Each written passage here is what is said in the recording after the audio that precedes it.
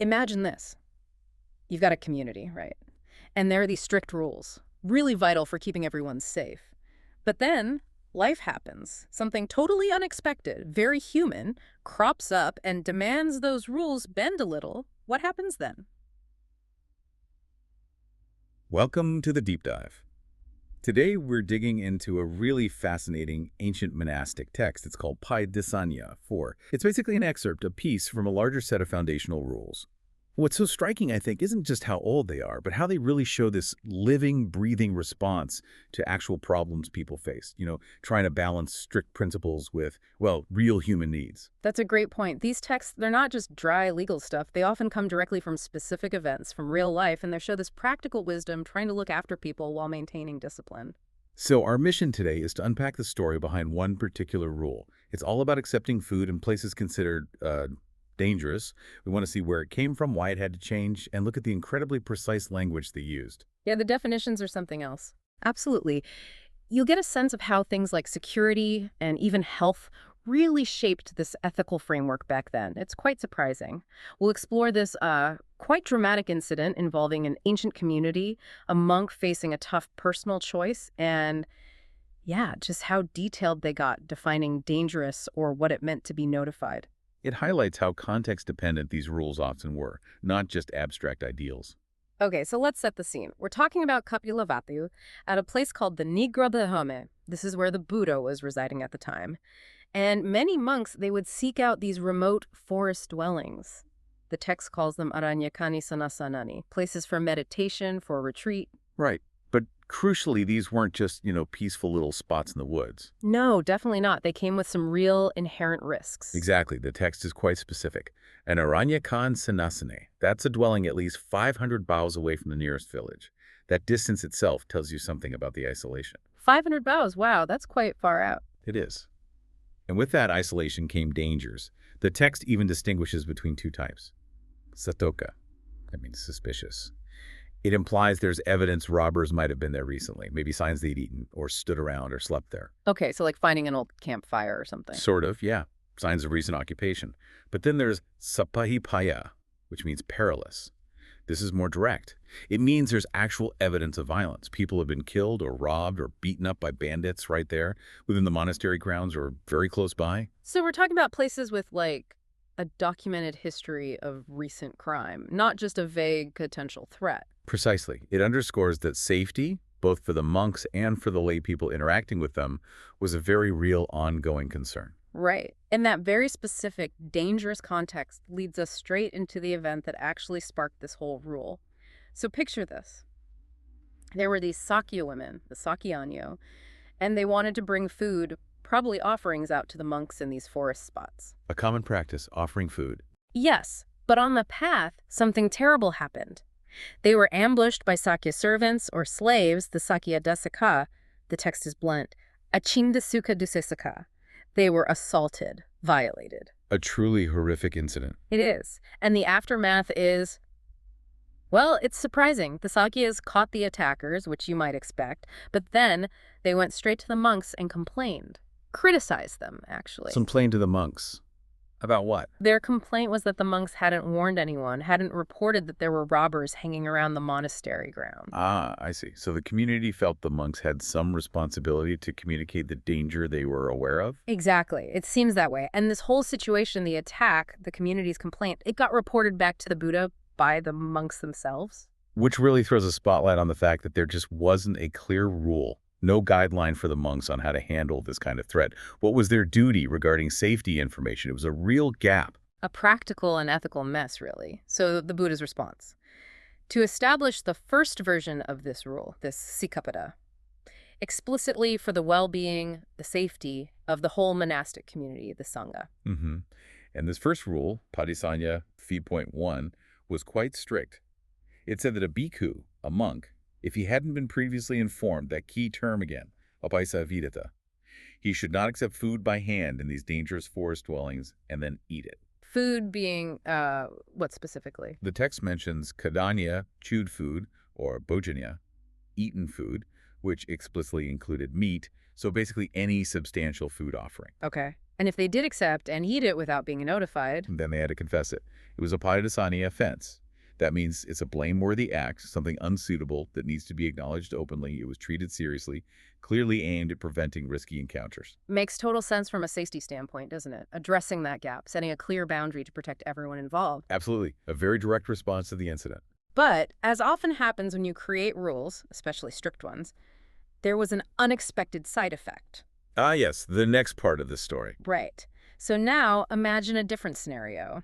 We're still in one of these forest dwellings, but this time, a monk falls ill. And people, being compassionate, bring him food. Naturally, taking care of the sick is fundamental.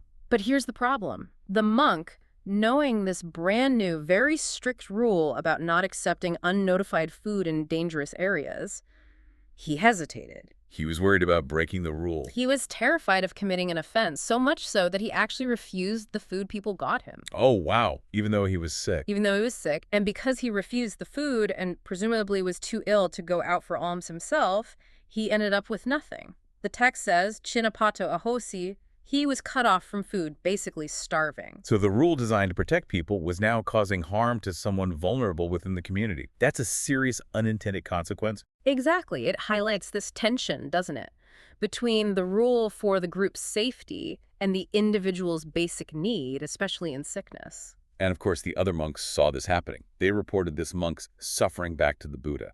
It forced a reevaluation. And this is where you really see that practical wisdom, that flexibility come into play. The Buddha didn't just say, tough luck, the rule is the rule. He amended it. He did. The amendment, which becomes Pāṭidesaniya IV.2, is quite clear. It says an ill bhikkhu, a yilanena bhikkhuna, is actually permitted to accept food by hand in these dangerous dwellings, even if unnotified. Ah, so the exemption is specifically for the sick. Precisely. The offense now only applies to a monk who is not ill, an agilano, accepting unnotified food in that dangerous setting. It's a compassionate, practical carve-out. That modification really speaks volumes, I think. It shows this deep understanding that spiritual rules have to work in the real world, with real human bodies and needs. It's not just abstract. It's very grounded. And speaking of grounded, this brings us to those definitions you mentioned earlier. The text goes into incredible detail to clarify exactly what all these terms mean.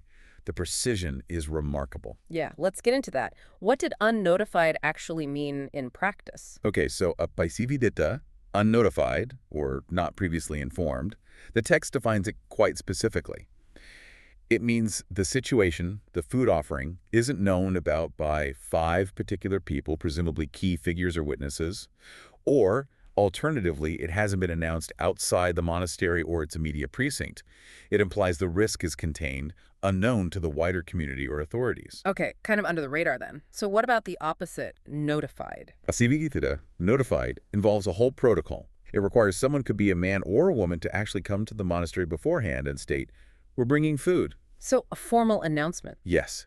And crucially, if the area they're coming through or the dwelling itself is known to be dangerous or perilous, sasaka or sapayaba, they have to state that explicitly as part of the notification. They have to declare the risk level. They do. And if a monk acknowledges this warning, the implication is that any robbers known to be in the immediate area should then be warned off, told to leave.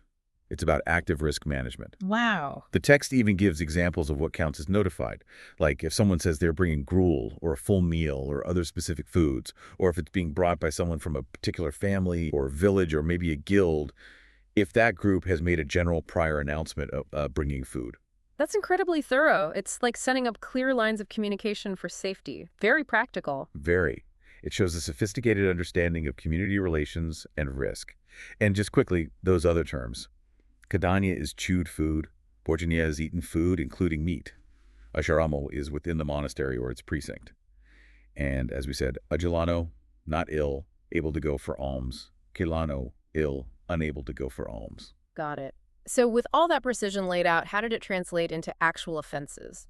What got a monk into trouble? And importantly, what were the ways they were not considered to be at fault? Right, the consequences. There are basically 2 levels of offense mentioned here.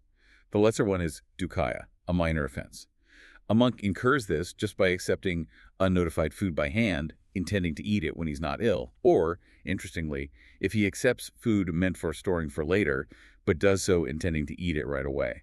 Okay, so even the intent matters there. What about the more serious one? That's the Pāṭidesaniya itself, the confessable offense.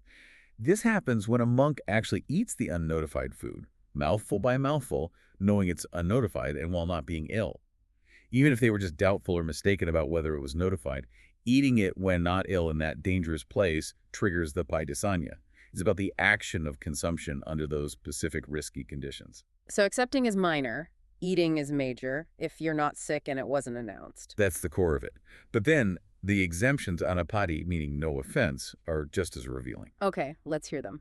When is a monk in the clear? Well, obviously, if the food is properly notified, no offense. If the bhikkhu is ill, as we discussed, no offense. Right, the key amendment. Exactly. Also, if he's eating leftovers from someone else who is allowed to receive food either because it was notified for them or because they were ill, that makes sense, doesn't it? Not wasting food. Yeah, practical. Also, if the food was accepted outside the monastery precinct, but then brought inside to be eaten, that's okay. The rule seems very focused on the risky act of receiving by hand within that dangerous forest dwelling itself. Interesting distinction. Location matter. It does. And then there are allowances for eating things found naturally, roots, bark, leaves, flowers, fruits growing there. That's not considered an offering received in the same way. Foraging is fine. Seems so. Mm-hmm. Also, if food that was properly received and meant for storing is eaten later, but there's a valid reason for eating it then, that's exempted.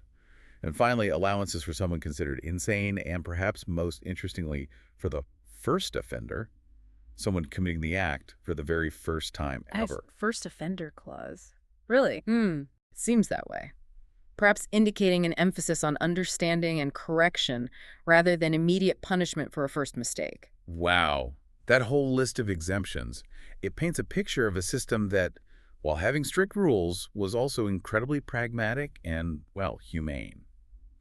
It's trying to account for real life. Definitely. It's balancing the core principle safety through notification in dangerous areas with all these other factors: illness, leftovers, location, natural resources, even intent and first mistakes.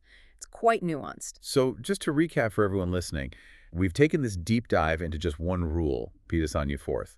We saw it wasn't just pulled out of thin air. It came from a really disturbing, violent incident. The attack on the Sakya women. Right, and then it got refined because of a sick monk's very real dilemma, the rule inadvertently causing suffering. The need for that illness exemption. And then we saw the incredible level of detail they went into, defining everything from dangerous to notified to exactly what counts as an offense and what doesn't. It really shows how these ancient communities didn't just make rules. They lived with them, adapted them, and thought very carefully about their practical application. It's a dynamic process, not static law. Absolutely. It tells us that rules, even ancient religious ones, are often these living things shaped by real-world problems, balancing safety, ethics, community relations, and compassion. There's this amazing contextual awareness and adaptability. A far cry from just being arbitrary decrees. Definitely. Which leads to maybe a final thought for you, our listeners.